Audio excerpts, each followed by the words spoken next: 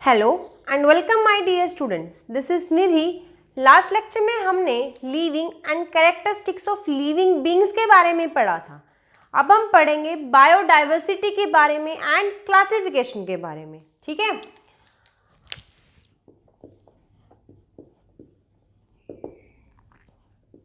अब हमने ये तो पढ़ लिया कि लाइफ क्या होती है एंड किसी भी लिविंग ऑर्गेनिज्म की क्या कैरेक्टरिस्टिक्स होती हैं। ठीक है, अब आपको पता है अर्थ के ऊपर इतनी वाइड वैरायटी ऑफ ऑर्गेनिज्म है। ठीक है, कि इतने सारे ऑर्गेनिज्म हैं एंड जिनकी बहुत ही ज़्यादा क्या है वैरायटी प्रेजेंट है। जैसे हम बात करते हैं कि 1.7 million species, this is approx, have been identified, कि इतने स्पीशीज क्या हो चुके हैं, आइडेंटिफाई हो चुके हैं। ठीक है, इस 1.7 मिलियन में से 1.2 मिलियन स्पीशीज एनिमल्स के हैं एंड 0.5 मिलियन प्लांट्स के हैं। ठीक है, अब इस 1.2 मिलियन में से भी 10,25,000 species are of insects, insects के स्पीशीज हैं। ठीक है, ये सारी वैल्यू अप्रोक्स है एंड हर रोज 1000 to 1500 नए स्पीशीज आइडेंटिफाई हो रहे हैं। अब सोचो 1.7 मिलियन स्पीशीज को अगर हमें इंडिविजुअली स्टडी करना पड़ जाए तो हमारे लिए कितना टफ काम हो जाएगा। ठीक है, या मैं बात करूं कि जो हम 1500 या 1000 स्पीशीज जो हम रोज डिस्कवर कर रहे हैं, अगर हमें ये ढूंढना पड़ जाए कि वो स्पीशीज जो हमने आइडेंटिफाई किए हैं नए, वो इनमें से किसके साथ सिमिलर हैं, तो वो भी कितना टफ काम होगा। कि मान लो हमने एक नया स्पीशीज आइडेंटिफाई किया एंड देन हम 1.7 मिलियन स्पीशीज में से ढूंढ रहे हैं कि किसके साथ उसकी कैरेक्टरिस्टिक्स ज़्यादा मैच कर रही हैं। ठीक है, तो ये काम बहुत इम्पॉसिबल सा लगता है। इसी वजह से हम क्या करते हैं, इन ऑर्गेनिजम्स की स्टडी को ईजी बनाने के लिए एंड जो नए स्पीशीज ढूंढे जा रहे हैं उनकी पहले वाले ऑर्गेनिजम्स के साथ रिलेशनशिप ढूंढने के लिए हम क्या कर देते हैं, ऑर्गेनिज्म को क्लासिफाई कर देते हैं ग्रुप्स में एंड सब ग्रुप्स में, और इस मेथड को कहा जाता है classification. The method of grouping organism into groups and sub groups on the basis of extent of similarity and difference between them, कि उनके बीच में कितनी सिमिलैरिटीज हैं एंड कितने डिफरेंसेस हैं, उसके बिहाफ पे हम ऑर्गेनिज्म को ग्रुप्स एंड सब ग्रुप्स में क्या कर रहे हैं, रख रहे हैं। उसको हम क्या कहते हैं, क्लासिफिकेशन कहते हैं। तो क्या बताया मैंने आपको, क्लासिफिकेशन क्या होती है।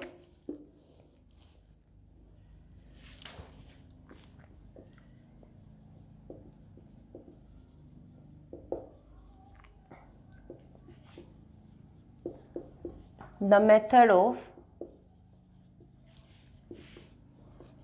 grouping organism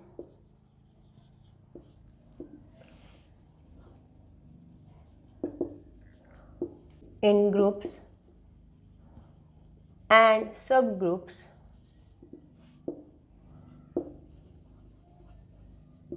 on the basis of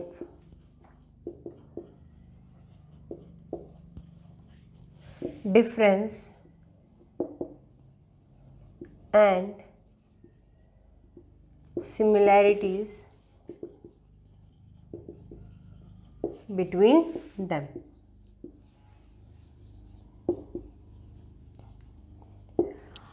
अब फॉर एग्जाम्पल सुनना कि क्लासिफिकेशन हमें कैसे हेल्प करती है स्पीशीज की स्टडी को इजी बनाने के लिए।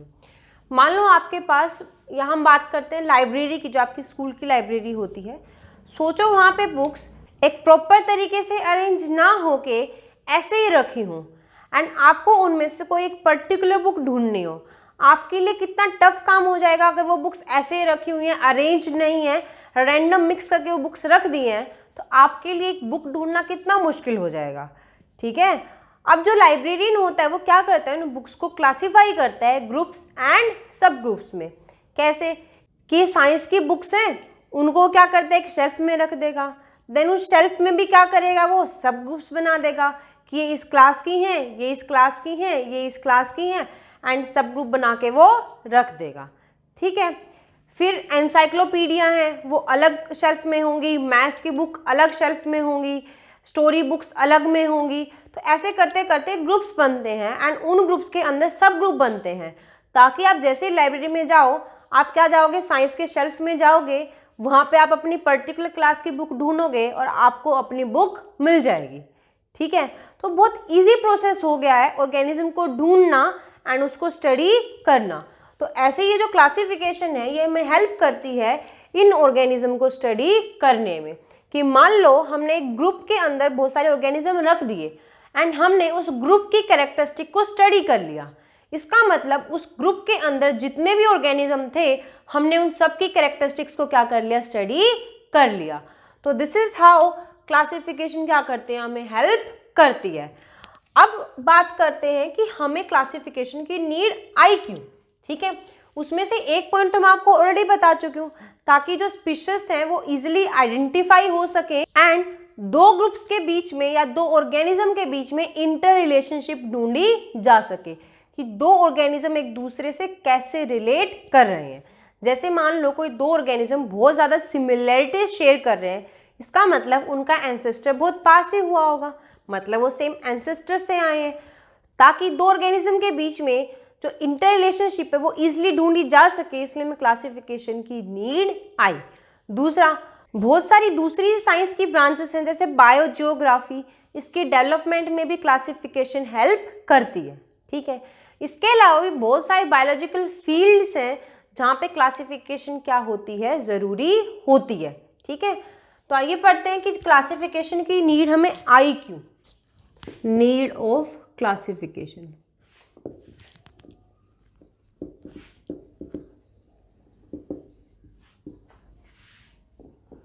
It help in finding interrelationship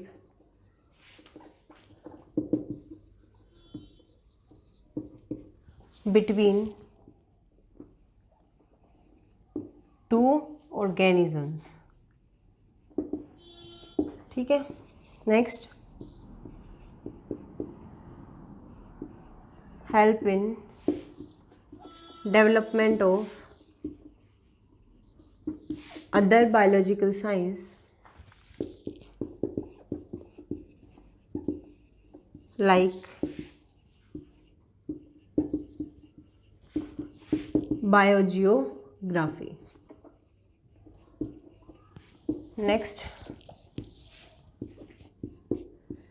it हम लिख सकते हैं other fields of biology depends upon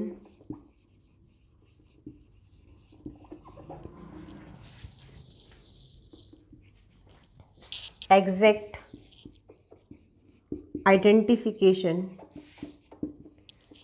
and classification।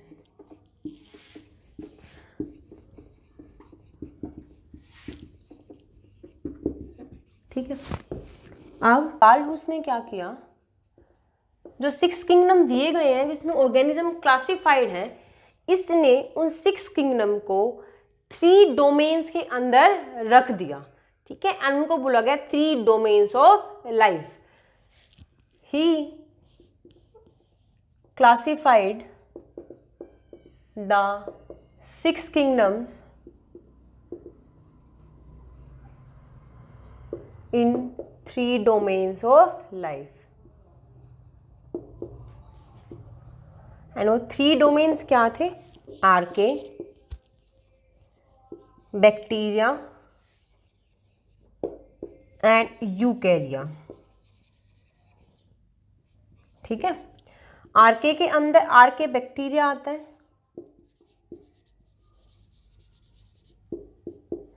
Bacteria के अंदर यू बैक्टीरिया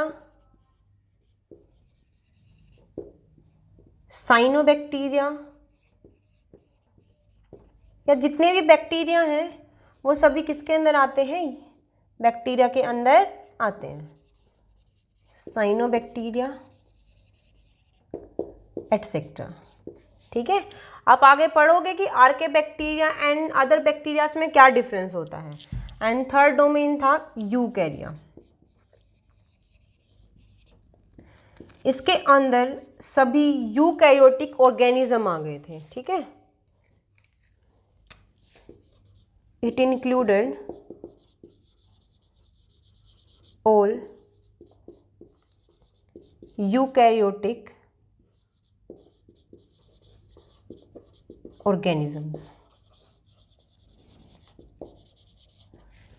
जैसे हमारा फंगी है, प्रोटिस्टा है, प्लांट्स हैं एंड एनिमल्स हैं, वो सभी किसके अंदर थे, यूकैरिया के अंदर आते थे। And this are the 3 domains of life.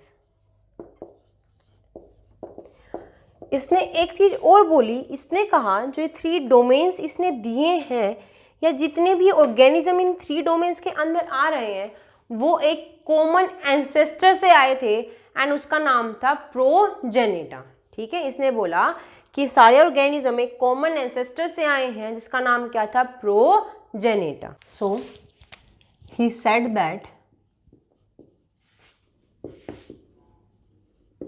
all organisms from a common ancestor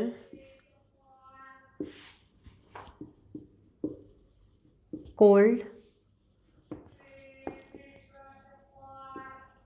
progeny।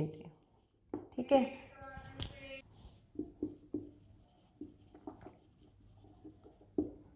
इस प्रोजेनेटे के अंदर आर्के, यूकैरिया एंड बैक्टीरिया आता था। ठीक है, जिसको आप यू बैक्टीरिया भी कह सकते हो। अब नेक्स्ट टर्म आता है that is taxonomy.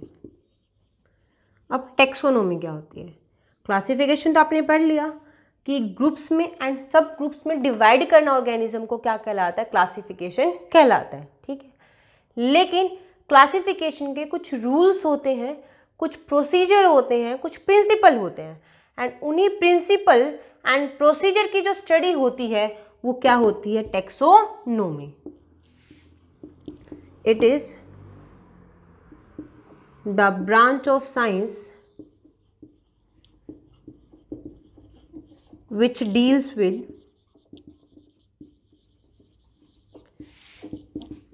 the study of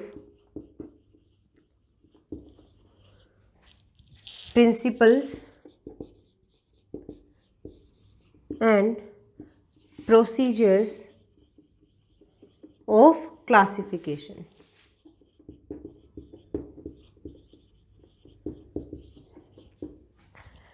अब जो ये टर्म टेक्सोनोमी था,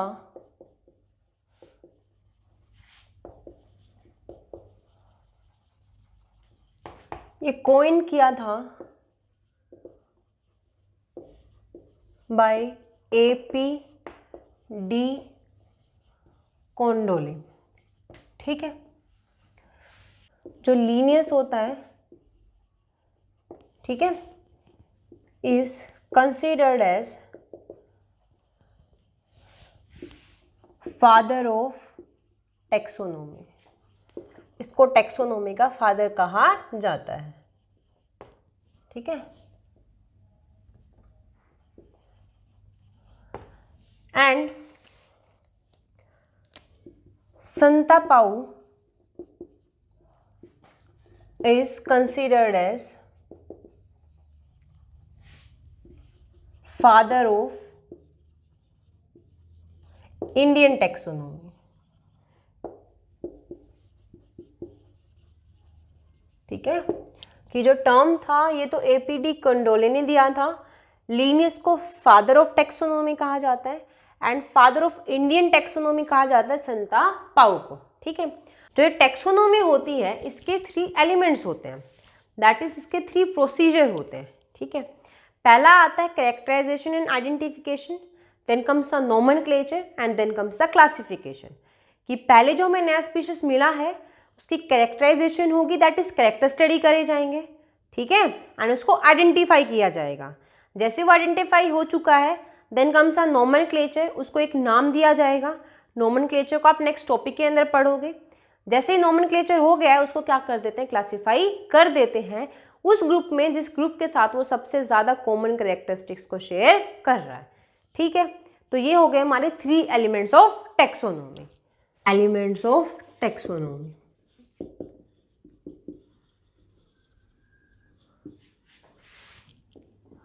पहला आता है identification and characterisation.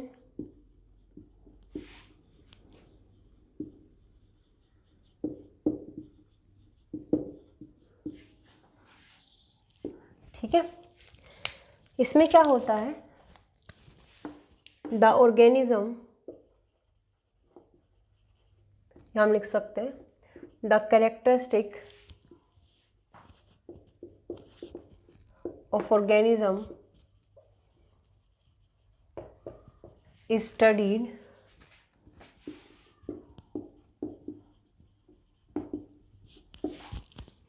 and the organism is identified.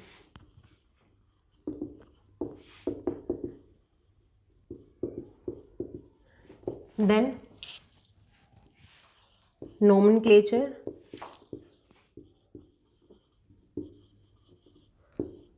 the organism is given a scientific name. Next comes classification. The organism is then classified into the existing group based on the similarity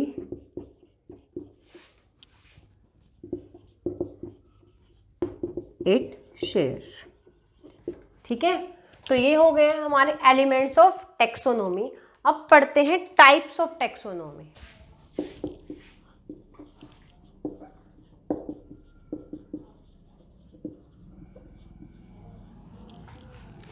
taxonomy जो पहले वाली होती थी इसको कहा जाता है classical taxonomy,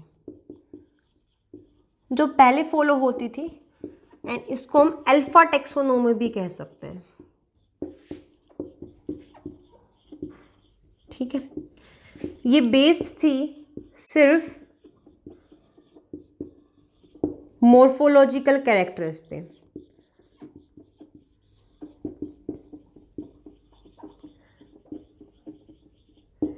कि सिर्फ ऑर्गेनिज्म के एक्सटर्नल कैरेक्टर्स देखे जाते थे एंड उसको क्लासिफाई किया जाता था। ठीक है, दैट इज एक्सटर्नल कैरेक्टर्स।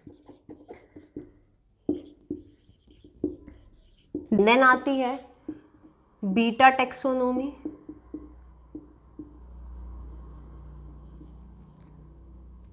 ठीक है, जिसको हम, ये बीटा का सिंबल होता है, ठीक है, अल्फा का ये होता है। जो बीटा टेक्सोनोमी है ये उसके एक्सटर्नल कैरेक्टर्स के साथ साथ उसके internal structure, that is structure of cell पे भी क्या थी, बेस्ड थी, बेस्ड ऑन एक्सटर्नल एंड हम लिख सकते हैं as well as internal structure of cell. Then आती है हमारी ओमेगा टेक्सोनोमी।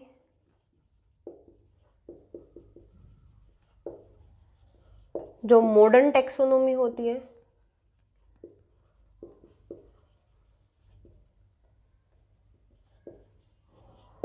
अब जो ओमेगा टेक्सोनोमी होती है ये एक्सटर्नल एंड इंटरनल स्ट्रक्चर पे तो बेस्ड है ही, इसके साथ साथ जो ये ओमेगा टेक्सोनोमी होती है ये उसके डेवलपमेंट प्रोसेस एंड उसके इकोलॉजिकल कैरेक्टर्स पे भी क्या होती है, बेस्ड होती है। ठीक है, it is based on number a external and internal structure,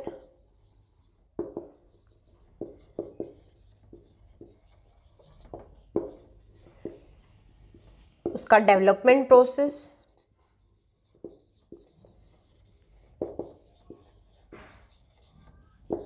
and ecological characters.